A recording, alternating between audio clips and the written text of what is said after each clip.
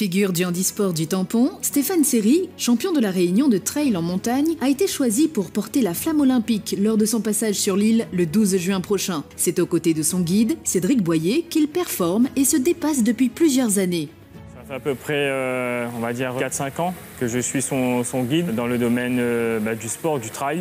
Quand on a appris qu'on a été sélectionné, donc du coup, ça a été une fierté déjà pour lui, puisqu'il représente déjà le monde handisport et les athlètes aussi handisport, et de montrer aussi que même si on a un handicap, on peut réussir à devenir un athlète de haut niveau, et notamment porter la flamme. Jusqu'au jour de cérémonie d'ouverture des JO de Paris 2024, le 26 juillet, la flamme sillonnera l'Hexagone. 10 000 éclaireurs, anonymes ou connus du grand public, vivront l'expérience unique de porter la torche. Parmi eux, 1000 porteurs sont en situation de handicap. Une visibilité importante à quelques semaines des premiers Jeux paralympiques sur le sol français.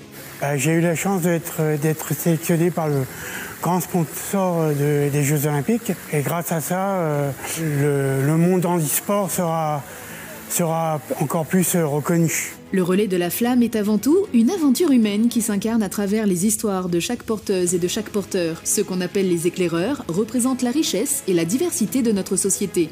Lorsqu'on a été prévenu que Stéphane allait porter la flamme, ça a été pour nous quelque chose de formidable.